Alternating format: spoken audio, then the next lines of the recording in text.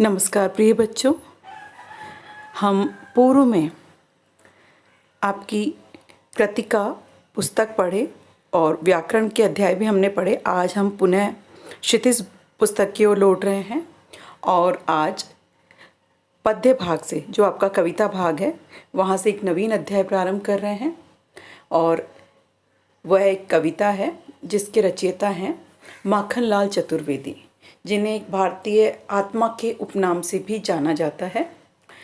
सर्वप्रथम हम कविता कैदी और कोकिला को पढ़ने से पूर्व माखनलाल चतुर्वेदी जी के बारे में, उनके द्वारा लिखित या रचित जो रचनाएं हैं उनके बारे में और प्रस्तुत रचना के बारे में भी पढ़ेंगे, जिससे कि हमारे लिए कविता बोधगम्य हो सके। तो आइए एक बार माखनलाल चतुर्वेदी जी के बारे में जानकारी प्राप्त कर लें। माखनलाल चतुर्वेदी का जन्म मध्य प्रदेश के होशंगाबाद जिले के बाबई गांव में 1889 में, ये देखिए 1889 में हुआ। मात्र 16 वर्ष की अवस्था में वे शिक्षक बने। बाद में अध्यापन कार्य छोड़कर उन्होंने प्रभा पत्रिका, ये एक पत्रिका है, प्रभा पत्रिका का जो है संपादन शुरू किया।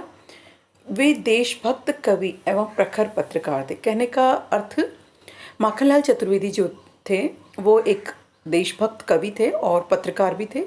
उन्होंने देशभक्तिपूर्ण कविताएं लिखी हैं और पत्रकार भी जो है वो रहे हैं। पत्रकारिता के क्षेत्र में भी उनकी सक्रिय दखल रही है।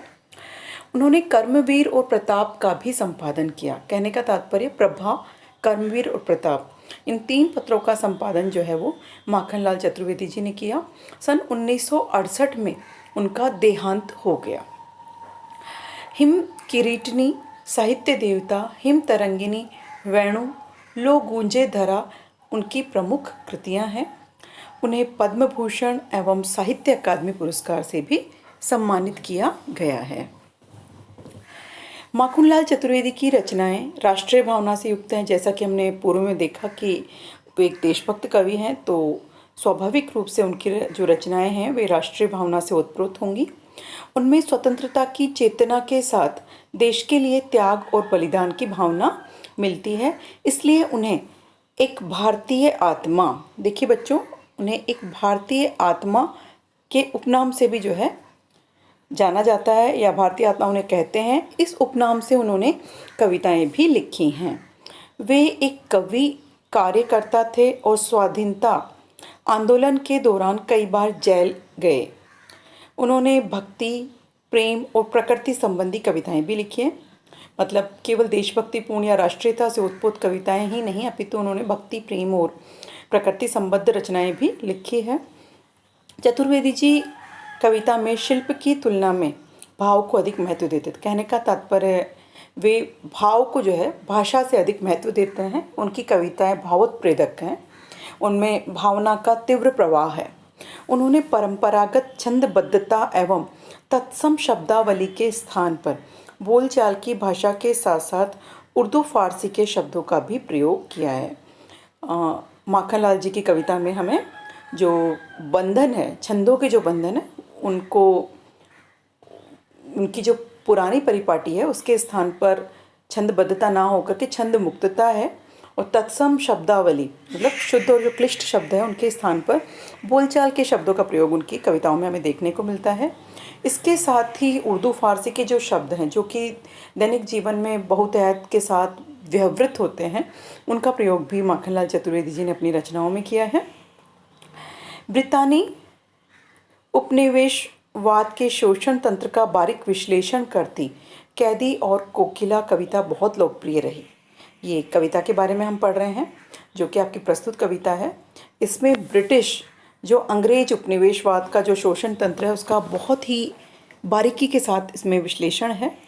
यह कविता भारतीय स्वाधीनता सेनानियों के साथ जेल में किए गए दुर्व्यवहारों और यातनाओं का मार्मिक साक्ष्य प्रस्तुत करती है। बच्चों, इसमें ये बताया गया है कि भारत माता की स्वाधीनता के लिए, स्वाधीनता की बलिवेदी पर अपनी शहादत देने वाले जो हमारे स्वतंत्रता संग्राम सेनानी हैं, उनको किन किन मुश्किलों से, कितनी भयानक यातनाओं से गुजरना पड़ा, उन को यहाँ कविता में जो है वाणी देने का प्रयास किया गया है।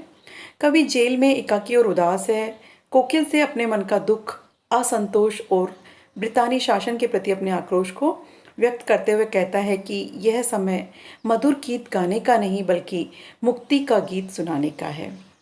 कवि को लगता है कि कोयल भी पूरे देश को एक कारागार के रूप में देखने लगी है, इसलिए अर्धरात्रि में चीख उठी है।